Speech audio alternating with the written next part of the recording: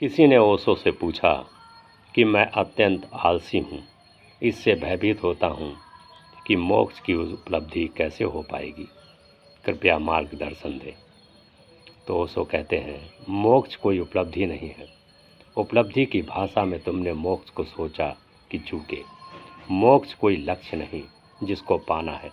मोक्ष हमारा स्वभाव है, जिसे पाना नहीं है, जिसे हमने कभी खोया ही नहीं है, सिर्फ भूल गए हैं।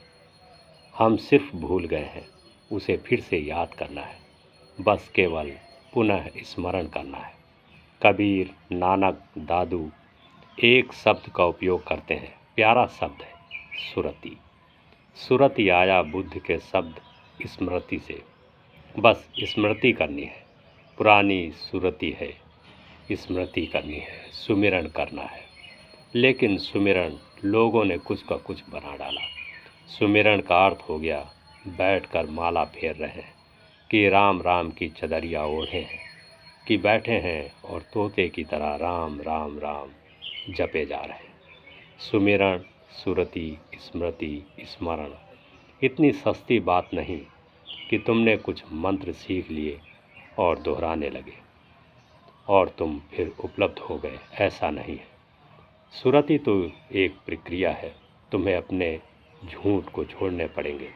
तुम्हें एक एक झूठ को पहचान पहचान कर छोड़ना होगा। और झूठ की परतों पर पड़ते हैं। तुमने झूठ के कितने वस्त्र पहन रखे हैं। तुम अगर गौर से देखोगे तो बहुत मुश्किल में पड़ोगे। जैसे प्याज पर छिलके ही छिलके होते हैं, ऐसे तुम पर झूठ, परत पर परत है। जैसे प्याज को छीलने बैठ जाओ तो एक परत छिली कि दूसरी आ जाती है, दूसरी छिली कि तीसरी आ जाती है। ऐसी ही तुम्हारी भी दशा है।